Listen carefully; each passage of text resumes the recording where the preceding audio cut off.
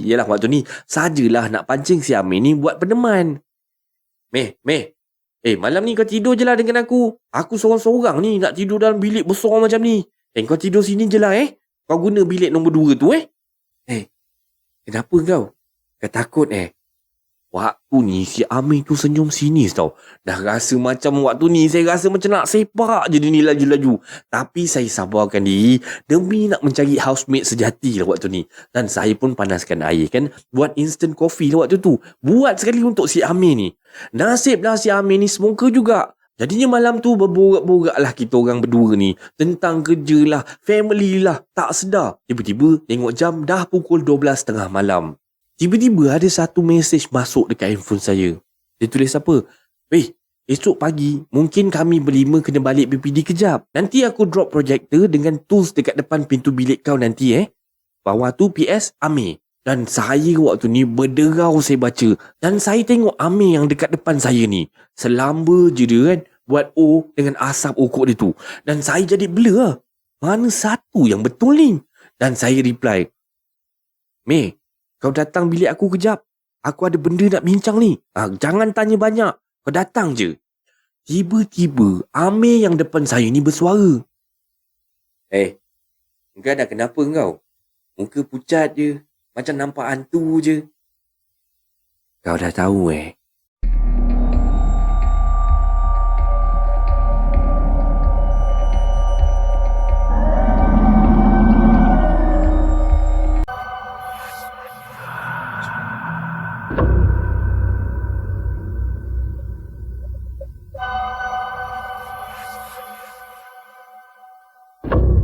Assalamualaikum warahmatullahi wabarakatuh dan salam sejahtera kepada anda semua. Selamat datang ke channel Kisah Seram Malaysia. Diharapkan anda semua pada hari ini sihat-sihat belaka lah hendaknya ya.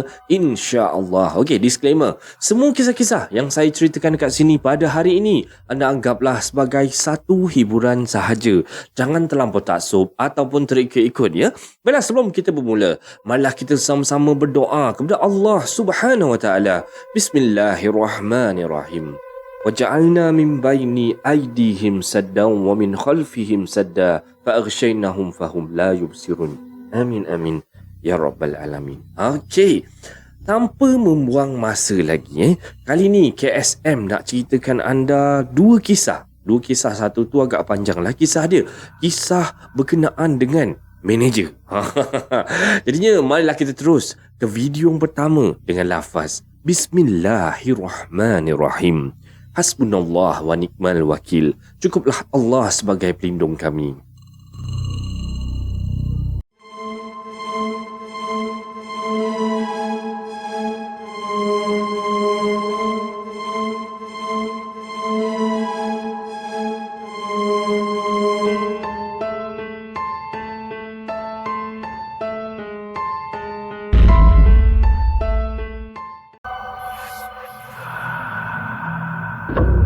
Okey, baiklah. Sebelum kita nak mulakan cerita kita pada hari ni, kita nak cerita sikit. Cerita apakah itu susuk. Susuk ni merujuk kepada memasukkan sesuatu bahan asing ke dalam badan bagi mendapatkan sesuatu kelebihan. Pelbagai bahan yang digunakan untuk susuk ni bergantung kepada apakah keinginan yang nak menggunakannya tu. Antara kebaikan yang konon-kononnya boleh didapati dengan memakai susuk ni adalah muka sentiasa dipandang manis je, tidak dimamah usia, kebal, ditakuti ataupun disegani dan berkuasa dan macam-macam lagi lah mengikut jenis susuk yang dipakai tu. Dan pemakai susuk ni biasanya mempunyai beberapa pantang larang seperti tak boleh memakan beberapa bahan tertentu seperti labu air ke pisang tanduk dan juga daun kelor. Dan susuk ni akan mendatangkan mudarat kepada si pemakai jika terlanggar pantang larang, dan pemakai susuk juga harus mematuhi pantang larang tertentu.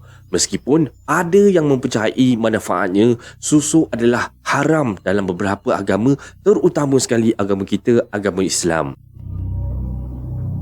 Untuk kisah yang pertama ni, kita terus dengan kisah yang pertama ni. Assalamualaikum warahmatullahi wabarakatuh semua. Waalaikumsalam warahmatullahi wabarakatuh. Dan nama saya Rin, berasal daripada Johor. Umur 30 tahun. Okey, Cerita bermula apabila saya posting sebagai seorang manager in training di sebuah restoran yang agak popular dan menjadi antara makanan kegemaran rakyat Malaysia ni. Restoran apa tu kan?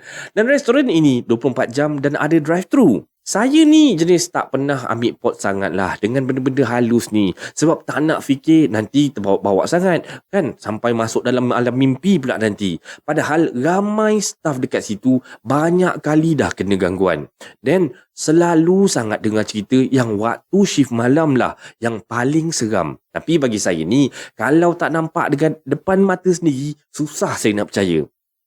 Okeylah, selalunya pengurus baru training ni lah, maksudnya macam saya punya jawatan lah pengurus baru training ni akan ikut ketua restoran kira untuk belajar lah waktu tu. Dan shift saya pada waktu pagi saja sebab kena shift sama dengan shift senior manager tu. Selama sebulan lah saya kena follow shift sama dengan dia tu. Masuk bulan kedua, saya dah start dapat jadual shift sendiri. Dan minggu kedua ni, saya kena shift malam dengan salah seorang manager senior. Dan saya masa tu punyalah happy gila. Dengan jawatan yang disandang, gaji pun Alhamdulillah boleh tahan jugalah. Biasalah waktu tu saya masih bujang lagi, tak banyak tanggungjawab. Paling kuat pun cuma hulur duit dekat mak ayah je. Dan saya waktu tu langsung tak terfikir pun apa yang bakal terjadi. Ada seorang staf ni lah kira rapat juga dengan saya, selalu ingatkan saya supaya berhati-hati. Hari pertama saya nak start kerja malam ni, tiba-tiba staf ni call saya. By the way, nama staf ni Ain.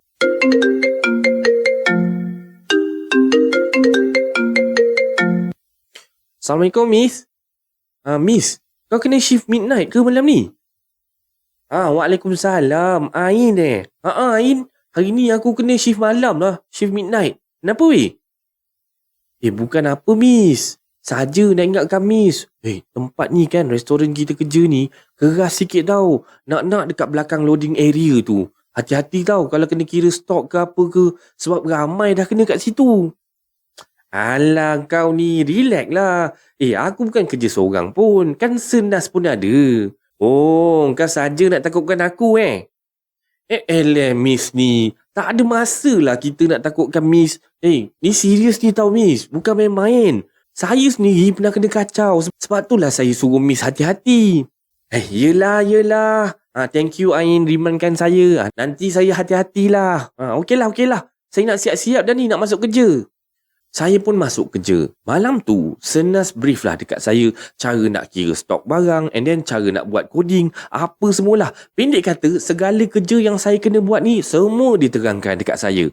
Bila saya dah nak start key in stock, senas ni baru teringat yang dia terlupa nak kemas barang dekat stok belakang. Alamak, Rin, saya lupalah. Ada barang dekat stok belakang yang saya belum kemas lagi. Macam ni lah. Rin, nanti kamu tolong saya Tolong settlekanlah sekali kemas yang kat belakang tu. Kat loading bay tu ke? Yelah. Nanti Rin kemaskanlah kat situ. Tapi jangan pula kau buat sorang-sorang kat situ. Kamu bawa lah sesiapa. Suruhlah budak je yang buat. Kamu monitor je. Alah, tak payah risaulah budak Myanmar tu kan ada dekat belakang loading bay tu. Tengah buat marinade. Nanti saya minta je lah dia tolong. Dan saya pun apa lagi kan, saya settlekan kerja saya sikit-sikit kat situ semua. Lepas tu saya terus pergi ke belakang. Dan kalau ikutkan, restoran tu agak besar sebenarnya. Jadinya perjalanan nak pergi ke loading bay tu, kena jalan lalu dapur dulu. Lepas tu lalu dekat bilik kimia dan barulah sampai dekat loading bay tu. Dan dekat sebelah loading bay tu lah bilik store yang terbuka. Tengah saya mengemas-kemas stok-stok dalam bilik store tu, tiba-tiba Mak, macam mana lah kotak tepung ni boleh jatuh? Berat tu. Dan waktu ni kan sambil saya perhatikan rak tu, saya pelik macam mana pula lah benda ni boleh jatuh. Sedangkan tempat letak kotak tepung tu tinggi dan memang tak boleh jatuh dengan sendiri sebab berat dan kat situ ada penghadang. Dan masa tu kepala otak saya ni masih macam tak berfungsi lagi lah. Langsung tak terfikir apa-apa. Cuma yang saya fikirkan macam manalah kotak berat macam ni boleh jatuh. Sampai ada pack-pack tepung tu yang dah pecah dan berterabur dekat atas lantai. Dah tentu-tentulah lah saya yang kena kemaskan. Sebab saya seorang je ada dalam store masa tu. Dan saya pun apa lagi, saya keluar store kejap. Saya pergi dekat staf Myanmar tadi. Saya suruh staf Myanmar tu pergi panggil Senas tu. Nak inform pasal tepung yang jatuh berterabur tu. Dan saya pun apa lagi, masuk balik bilik dalam store tu nak kemaskan. Masa saya nak ambil penyapu sebab nak bersihkan tepung yang berderai kat situ, saya nampak tau, macam ada cap kaki baby dekat tepung yang berselerak tu, dekat atas lantai tu lah. Tiba-tiba pintu bilik store tu tiba-tiba je tertutup daripada luar. Dan saya dah seram sejuk dah waktu ni. Saya terus jerit panggil sesiapa je yang ada dekat luar tu untuk bukakan pintu. Sebab saya fikir budak Myanmar tu lah punya kerja. Sengaja nak pedajal saya agaknya. Tiba-tiba je lampu dalam bilik store tu hidup mati tau macam tu. Bila jadi macam ni, tak mungkinlah ada orang daripada luar yang saja nak kenakan saya. Sebab suis lampu dalam store tu ada dekat belah dalam. Bila dia dah main lampu tu kelang klip macam tu, tiba-tiba je terus gelap. Macam blackout macam tu. Dan time ni lah saya dengar bisikan. Hey, kau baru kat sini. Anak aku suka kat kau lah. Kau nak main tak dengan anak aku? Dan badan saya terus menggeletar. Dan saya dah tak fikir panjang. Terus terjerit-jerit saya sambil ketuk pintu tu. Suruh sesiapa yang ada dekat luar tu buka pintu ni. Dan dalam masa yang sama, saya daripada dalam ni dengar jugalah suara Senas dengan staf Myanmar tu jerit-jerit. Sebab pintu store tu tak boleh nak buka. Sir, tolong saya sir. Buka pintu ni sir. Kejap Rin, kejap. Pintu ni tak boleh buka ni. Dan time ni saya dah mula menangis dah. Sebab saya rasa benda tu ada betul-betul dekat sebelah saya. Sebab saya rasa macam terkena rambut mencucuk-cucuk dekat muka saya waktu tu. Dan saya dah tak boleh imbangkan badan saya. Terus saya tak sedar apa yang berlaku waktu tu. Rin! Dan bila saya sedar, saya dah ada dekat hospital. Senas, Ain dengan jururawat dah ada dekat keliling saya. Dan Senas ni pun buka lah cerita. Bila diorang berjaya je buka pintu store tu, saya terus lari, rempur diorang kat depan pintu tu. Dan saya ni meracau-racau macam orang kena rasuk. Dan saya nak lari ke jalan besar. Nasib baiklah staf semua dapat tahan saya.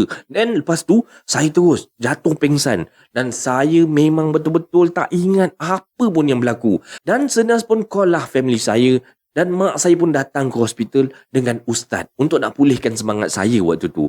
Dan Ain cerita dekat saya, bila saya dah balik daripada hospital, dia kata dia pernah kena tarik dengan benda tu masa dia tengah buat produk dekat belakang. Dan kepala dia terkena dekat meja besi, berdarah kata dia. Dan Ain cerita lagi, masa staf lain midnight shift pun pernah kena juga. Dan staf ni cashier dekat station drive-thru tu. Ada satu kereta masuk dan pesan order. Bila dah siap ambil order apa semua kan, dia pun suruhlah kereta tu pergi ke bahagian depan sikit untuk nak bayar pesanan tu. Tiba-tiba tunggu. Kereta tu tak muncul-muncul, tak sampai-sampai pun kat dia. Jadi dia pun jadi pelik lah. Dan dia jadi tak puas hati lah. Sebab dah order kan, dah masuk dalam order, dah masuk dekat kitchen. Staff kitchen pun, budak-budak kitchen ni pun dah prepare. Tapi customer tak muncul-muncul, customer hilang. Dan staff tu pun minta lah untuk tengok balik CCTV dekat drive-thru tu. Bila dah tengok, terkejut dia. Bila dia nampak perempuan pakai baju putih, bawa baby, berdiri di kawasan ambil pesanan tu. Maksudnya, tadi tu, dia ambil order pada hantu lah. Dan selepas daripada kejadian tu, saya dah tak berani lagi nak pergi kira stok seorang diri. Kalau nak buat kerja macam tu, mesti saya akan ajak seorang ataupun dua orang staff lah. Konon-kononnya sebab nak suruh diorang kemaskan sekali store tu. Tapi padahal sebab saya takut kan. Dan pengejaran yang saya dapat lah, jangan berani sangat. Jangan berlagak berani. Bila orang tutur pesan tu, ikut je lah. Dan ini adalah kisah seram Malaysia yang pembukaan pada malam ni. Okey, sebab kisah yang kedua ni agak panjang dan ni KSM akan bahagikan pada dua lah. So harapnya korang stay tune and enjoy.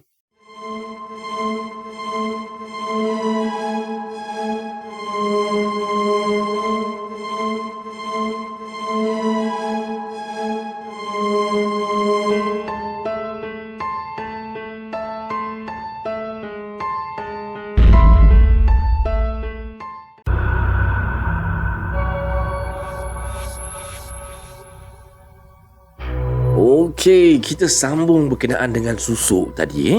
Kisah pasal susuk tadi, susuk adalah salah satu bentuk pengubatan alternatif yang masih banyak dipraktikkan di Indonesia mahupun dekat Malaysia ni, dan pemakaian susuk dengan cara memasukkan sesuatu di bawah kulit dengan tujuan memberikan kelebihan di berbagai aspek kehidupan seperti kesihatan, kecantikan, karier dan tenaga batin. Dan berikut ni adalah beberapa jenis susuk yang paling popular dan kegunaannya.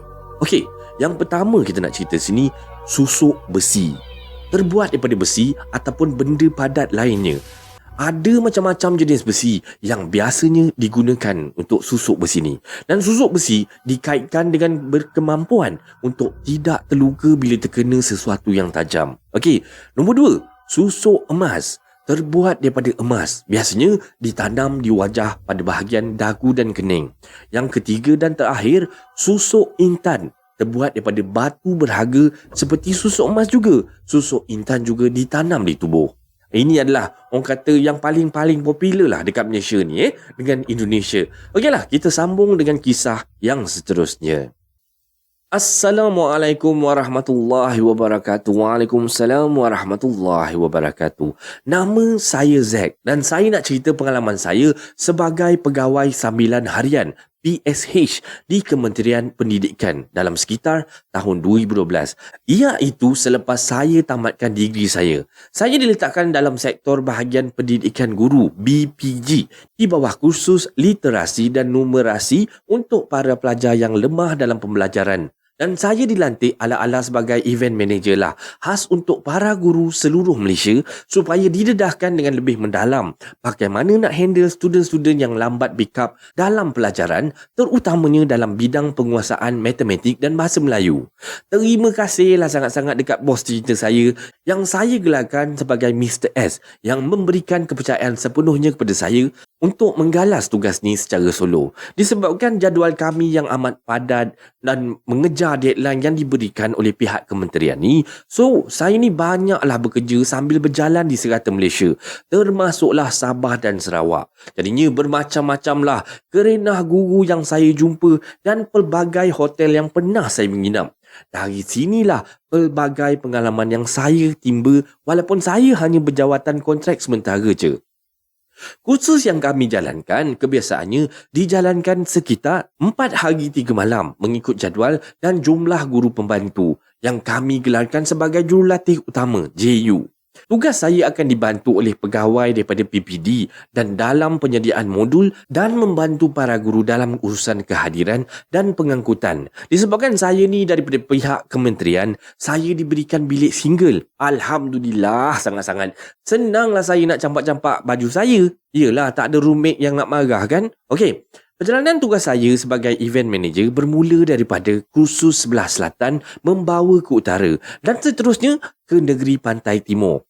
Hotel di Batu Pahat Johor, titik permulaan saya bekerja. Alhamdulillah sangat-sangat. Pada awalnya, tak ada perkara mistik yang berlaku kecuali melayan kerenah para guru yang seronok belajar sambil bermain, iaitu model baru dibentangkan oleh para JU dengan menggunakan bahan bantu mengajar. Hari kedua, badan penat sangat-sangat. Pada pukul 1 pagi, macam tu barulah saya balik ke bilik. Baru je saya nak capai tuala ni, nak mandi. Hai, siapalah pula? Aduh, cari aku malam-malam buta macam ni. Gila lah, dah pukul berapa ni? Esok-esok kan ada. Jadinya waktu ni, saya pergilah ke pintu. Tinjau melalui lubang cermin pintu. Tapi saya tengok, tak ada sesiapa kan? Dalam hati saya waktu tu, alah mungkinlah budak-budak keluar lift sambil tangan tu gatal-gatal tekan loceng orang agaknya. Jadinya waktu ni, saya pun teruslah masuk semula ke dalam bilik air, terus mandi. Tengah seronok-seronok waktu tu saya menjabur ni. Sekali lagi. Assalamualaikum. Assalamualaikum. Dan saya tutup air tau, untuk nak dengar betul-betul. Assalamualaikum.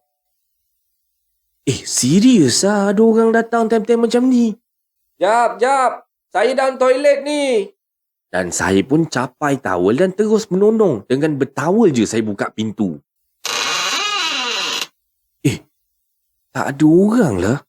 Siapalah pedajal orang malam-malam macam ni? Tak ada kerja lain agaknya. Tiba-tiba saya rasa macam ada angin menyapa muka. Cepat-cepat saya tutup pintu. Dan saya waktu tu terus baca 3 kul dan ayatul kursi. Sarung seluar pendek, terus baring dekat atas katil. Terus capai selimut, berselubung saya dekat atas katil tu. Tengah sedap-sedap sambil feeling-feeling nak tidur waktu tu kan. Setan ni kacau lagi tau. Kali ni bukan takat sekali dua dia tekan loceng tu. Dia tekan loceng pintu tu tak berhenti-henti. Dan saya apa lagi, terus capai telefon dekat tepi tu, call reception, suruh maintenance datang. Dan brother maintenance tu pun datang lah. Boleh pula dia gelakkan je saya. Siap dia kata apa tau? Bang, malam ni bang, ada kawan lah ni kan. Ada nak temankan abang lah ni kot. Dan saya pun dengar dia kata macam tu, saya pun malas lah nak ambil pot sangat kan. Sebab saya ni nak stay dekat bilik ni dalam 3 hari lagi. Lepas brother maintenance tu betulkan bell tu, saya pun terus masuk tidur sambil pasang TV. Biarlah ada bunyi sikit, taklah sunyi sangat dalam bilik tu. Dalam pukul 3 pagi macam tu, saya tersedar tau. Waktu ni, saya sedar-sedar je menggigil saya kesejukan.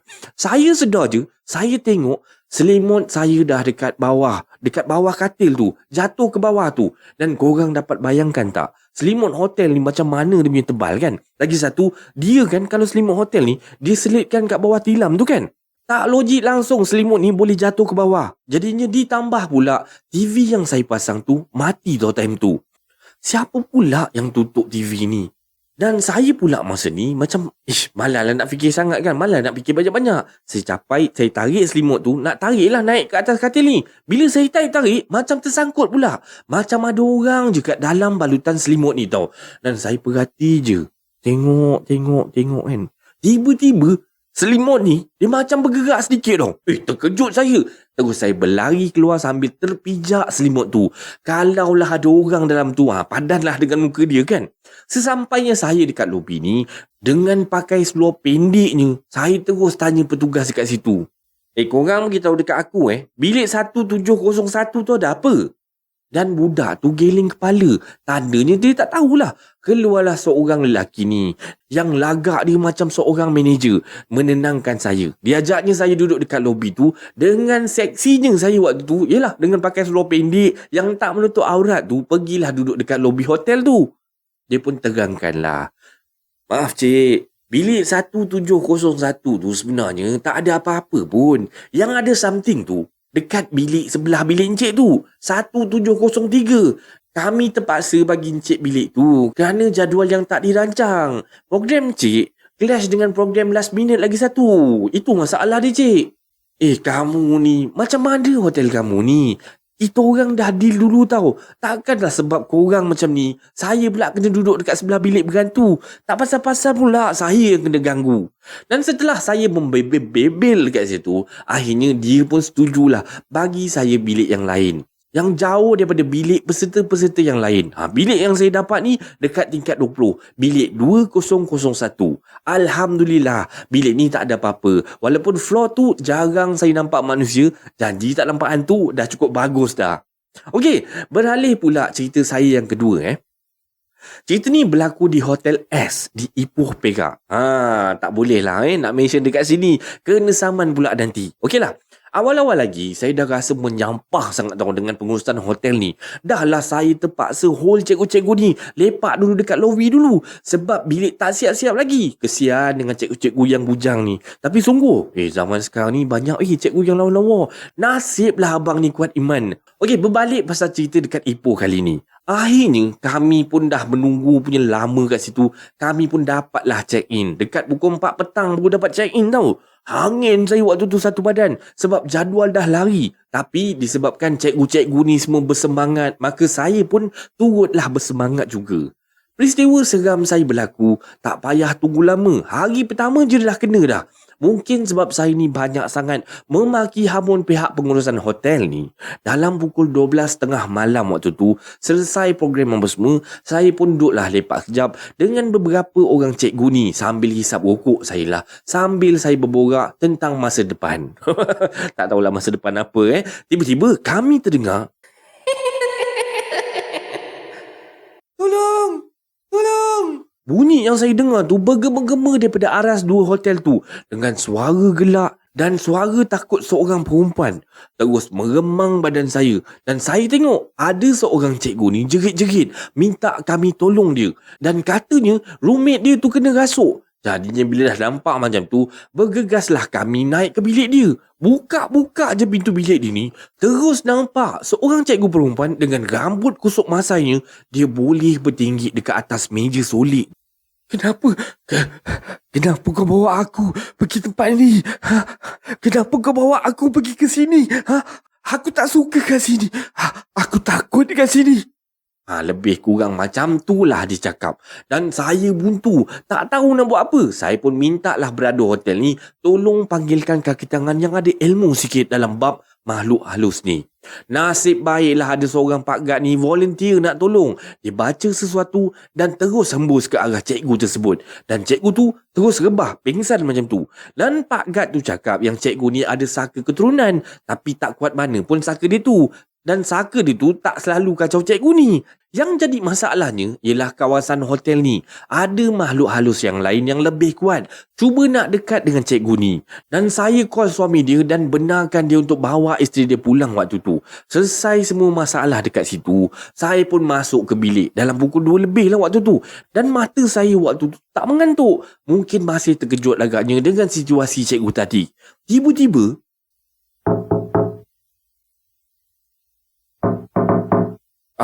sudah. Bunyi apa pula tu? Dan bunyinya datang daripada tingkap bilik hotel saya ni. Dan saya ni pula jenis lurus dalam bab-bab hantu ni. Saya memang tak fikir sangat. Walaupun saya tahu sebenarnya waktu tu dah lewat sangat kan. Dah tentu-tentulah bukannya manusia yang ketuk kan. Saya boleh bantai juga selak langsir tu. Saya tengok kiri kanan. Tak ada apa-apa pun. Sambil rapatkan muka saya ni ke tingkap. Yelah. Tingkap tinted kalau malam kan tak nampak jelas lah sebab dalam bilik ni pasang lampu. Tengah saya duk tekap-tekapkan muka saya kat tingkap tu macam nak terpelanting ke belakang saya. Bila tiba-tiba dekat depan saya ni muncul depan tingkap tu seorang perempuan dengan baju lusuh peluk batu nisan. Terus saya selak tutup langsir tu. Terus baca doa apa yang patut dan malam tu saya tidur dekat bawah lantai je. Sebab katil tu betul-betul sebelah tingkap. Susah saya nak lelapkan mata pada malam tu. Asyik dengar. Tapi Alhamdulillah lah, hari-hari seterusnya saya tak kena apa-apa. Mungkin dia saja je nak ajak berkenalan agaknya. Dan saya rasakan seakan selepas peristiwa tu saya mudah sangat kena sakat. Kadang-kadang saya cuba kuatkan diri dengan katakan, perasaan saya je lah agaknya kan. Tapi kadang-kadang bila saya ni dah ternampak dengan mata kepala saya sendiri, tak boleh nak kata apalah. Dan saya rasa mungkin Tuhan nak menguji saya. Dan saya rasa ini mungkin satu gift. Tetapi setiap apa yang berlaku pasti ada hikmahnya. Kadang-kadang saya jadi takut. Tapi bila dah makin lama saya jadi dah macam lali dah dengan benda-benda macam ni. Alhamdulillah, perlahan-lahan saya dah mula berani untuk berhadapan dengan situasi seram. Mungkin sebab saya sudah lama sangat fobia dengan makhluk-makhluk halus ni. Okey, ni kisah part yang pertama. Nanti kita sambung lagi selepas ini. So korang stay tune. Jangan pergi ke mana-mana.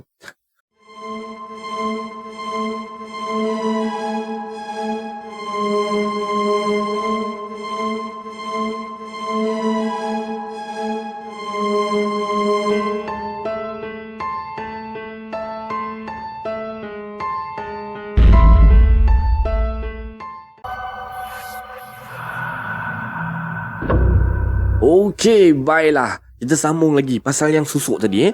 Cara mengenali pemakai susuk. Pemakai susuk ni memiliki beberapa ciri khas dan kita dapat mengenali mereka dengan tanda-tanda ini. Meskipun ini bukan mestilah tepat, tetapi berikut adalah beberapa ciri yang sering dikaitkan dengan orang yang menggunakan susuk. Baiklah, okey. Nombor 1, wajah yang lebih berseri. Orang yang menggunakan susuk ni biasanya memiliki wajah yang lebih berseri.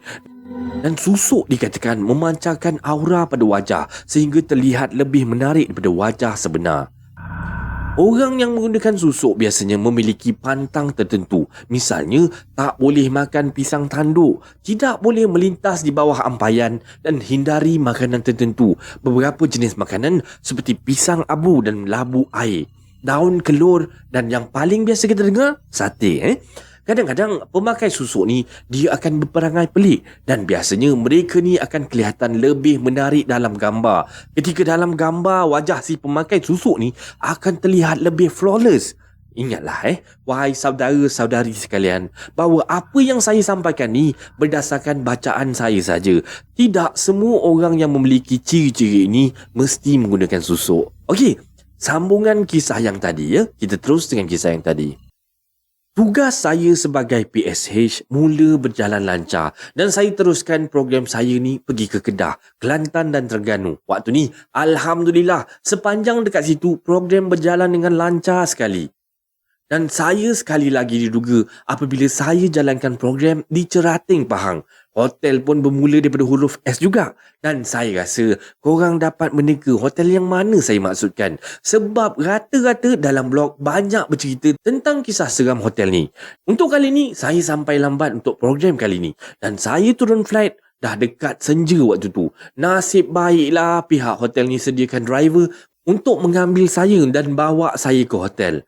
Dan sepanjang perjalanan, saya pun bertanyakanlah banyak soal-soal pengurusan hotel ni pada si driver tu lah. Okey, driver tu nama dia Pak Mi lah Dan Pak Mi ni kata, dah jarang sebenarnya khusus buat dekat hotel ni. Dan dia pun terkejut kenapa pihak kementerian buat program guru dekat sini. Dan Pak Mi ni kata, kebiasaannya orang buat program bina semangat je dekat sini. Sempat juga dia nasihatkan saya. Kau nanti kat sana hati-hati tau. Ada mata tu lihat, ada mulut jaga dan solat jangan tinggal. Dan waktu ni kan saya macam tak dapat nak teka lah musibah apa pula yang bakal berlaku pada saya dekat sini. Sesampai je saya dekat lobi hotel ni, Hamir, seorang pegawai PPD yang bertugas, datang sambut saya. Dan kami pun berkenalan sebentar dan terus Amir bagi saya kunci bilik. Punyalah saya terkejut dan saya dah last tidur seorang. Dapat bilik suite. Punyalah besar bilik tu, 3 bedroom dalam tu. Dan saya nak buat apa lagi lah dengan 2 bilik ni kan. Saya check in bilik ni, sebelum langkah masuk ni saya dah baca dah Ayatul Kursi.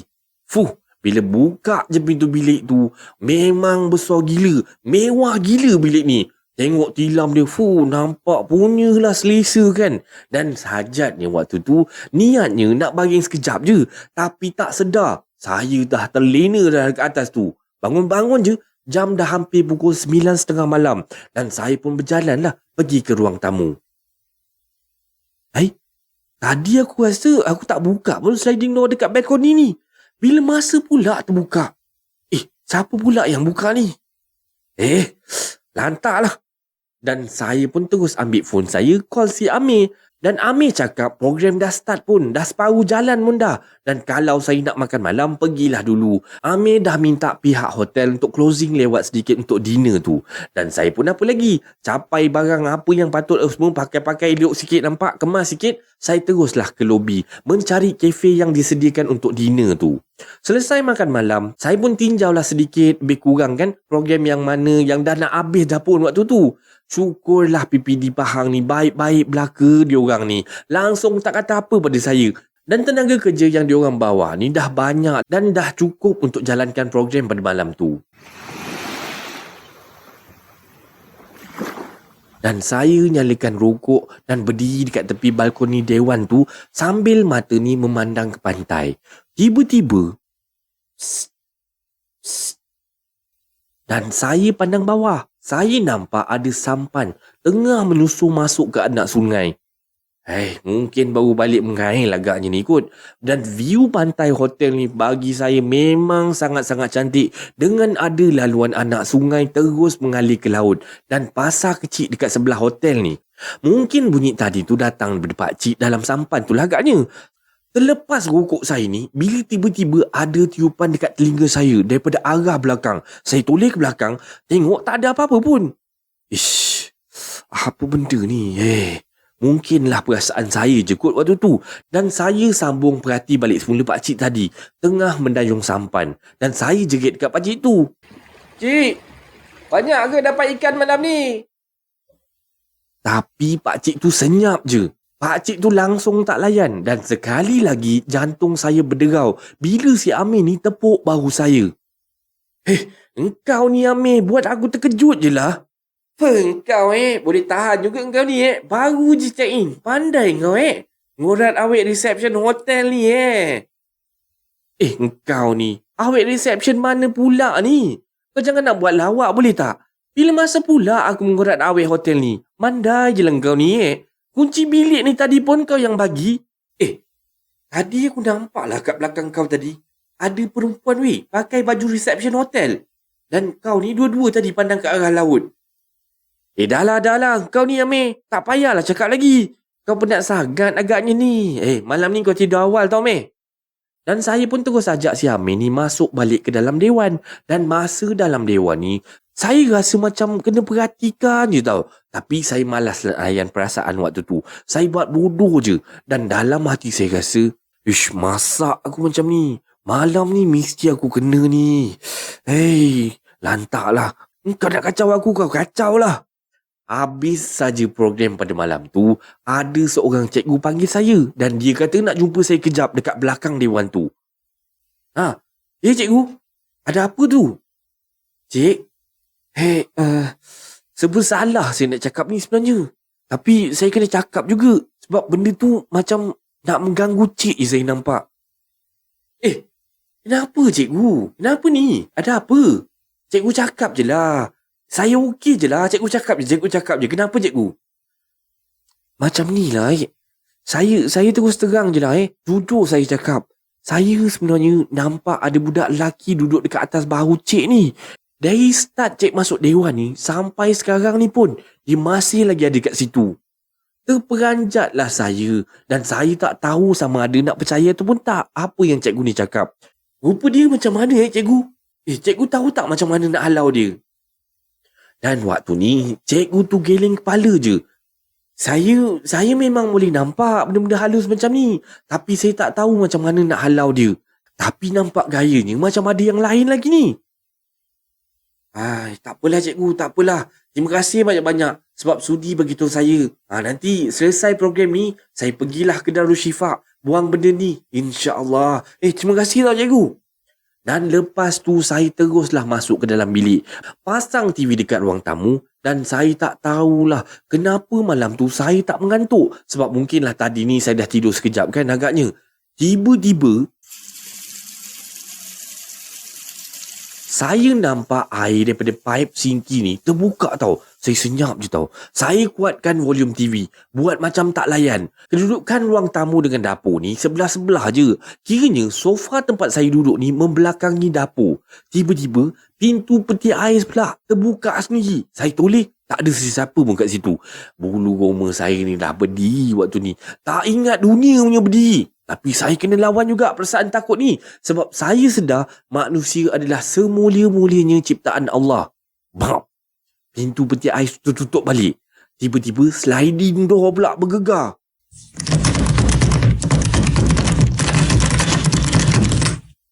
Waktu ni dah macam gempa bumi dah pintu tu bergegar. Saya jadi bela. Tengok je sliding door tu. Suddenly, phone saya ni berbunyi.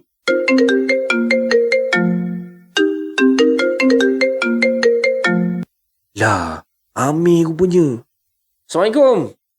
Ya Meh, ada apa tu? Aku rasa malam ni nak hujan lebat lah weh. Angin daripada pantai ni kuat gila weh. Kau jangan buka sliding door tu pula. Dan saya waktu ni sedikit lega lah. Sliding door tu bergegar bukan sebab setan yang buat.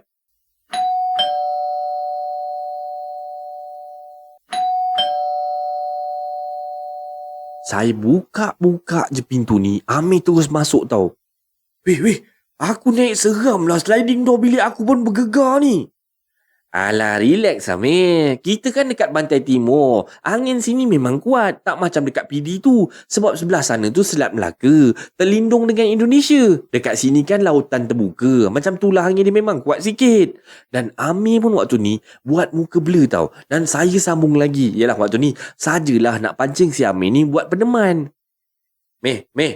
Malam ni kau tidur je lah dengan aku. Aku seorang-seorang ni nak tidur dalam bilik besar macam ni. Kau tidur sini je lah Kau guna bilik nombor 2 tu kenapa kau? Kau takut Waktu ni si Amir tu senyum sinis tau. Dah rasa macam waktu ni saya rasa macam nak sepak je dia ni laju-laju. Tapi saya sabarkan diri demi nak mencari housemate sejati lah waktu ni. Dan saya pun panaskan air kan. Buat instant coffee lah waktu tu. Buat sekali untuk si Amir ni. Nasiblah si Amir ni smoker juga. Jadinya malam tu berborak-borak lah kita orang berdua ni. Tentang kerja lah, family lah. Tak sedar. Tiba-tiba tengok jam dah pukul 12.30 malam. Tiba-tiba ada satu mesej masuk dekat handphone saya. Dia tulis apa? Esok pagi mungkin kami berlima kena balik BPD kejap. Nanti aku drop projektor dengan tools dekat depan pintu bilik kau nanti Bawah tu PS Amir. Dan saya waktu ni berderau saya baca. Dan saya tengok Amir yang dekat depan saya ni. Selamba je dia kan. Buat O dengan asap okok dia tu. Dan saya jadi blur lah. Mana satu yang betul ni? Dan saya reply.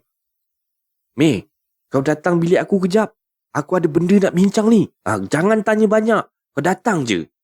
Tiba-tiba Amir yang depan saya ni bersuara. Kau dah kenapa kau? Muka pucat je. Macam nampak hantu je. Kau dah tahu Kau nak apa sebenarnya? Aku ada buat silap apa Aku ada buat silap ke sepanjang aku datang sini?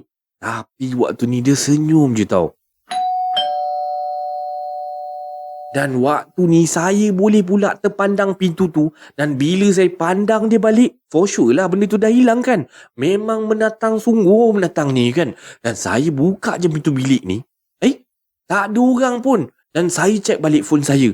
Mesej saya yang tadi tu undelivered. Berganda-ganda saya kena pada malam ni. Daripada seram saya jadi geram tau. Jam dah nak dekat pukul 1 pagi. Esok ada banyak lagi kerja. Dan saya pula tak tidur lagi waktu ni. Dan saya terus masuk ke bilik, ambil phone dan buka volume kuat-kuat. Supaya alarm saya pagi nanti bunyi kuat lah. Dan saya pun bacalah apa-apa yang patut. Saya pun tidur. Saya ingatkan dah okey dah. Dah tak ada apa-apa gangguan lagi. Rupa-rupanya pagi-pagi lagi. Dah dia buat hal lagi sekali. Saya bangun je tidur ni. Saya dah menggelabar dah. Sebab saya terjaga dekat katil bilik belakang. Siapalah yang baik hati sangat sudi angkat saya sampai ke bilik ni kan. Dan saya pun berjalan dah keluar daripada bilik tu. Tiba-tiba bunyi lagi air daripada sinki dalam bilik ni. Dan saya pun terus pergi ke bilik saya. Dan tengok jam dah pukul 10 pagi. Gila lah. Macam manalah cikgu-cikgu nak start program. Kan projektor si Amir letak kat depan pintu bilik saya. Berlarilah saya pergi dekat pintu depan tu. Nak checkkan projektor tu. Saya buka-buka je pintu. Projektor tak ada kat situ. Dalam hati tu, mungkinlah ada cikgu yang baik hati. Tolong pasangkan agaknya. Dan saya pun masuk balik dalam bilik. Mandilah, siap-siap apa semua. Teruslah saya berjalan. Santai je pergi ke dewan tu. Sambil buat-buat muka tak bersalah waktu tu. Dalam hati saya waktu ni tengah geram sebenarnya. Geram dengan setan tu lah yang kacau saya ni. Sampai je dekat dewan tu, saya pandang si Amir and the gang waktu tu. Meh. Sorry Awi, aku minta maaf banyak-banyak lah. Aku boleh terlajak tidur pula ni. Aku tak tahulah siapa yang tolong set up projektor pagi tadi. Mat, kau ni dah kenapa kau ni? Projektor tu kan ada dengan aku. Bila masa pula aku suruh kau yang pasang? Dan time ni saya dah pelik dah. Saya ambil kursi, duduk dekat depan Amir. Dan saya keluarkan phone. Tunjukkan mesej yang semalam saya dapat tu. Memang ada mesej tu. Tapi itu bukan daripada nombor si Amir. Cuma dia letak signature dekat bawah tu nama Amir. Dan saya cubalah call banyak kali. Tapi memanglah tak dapat.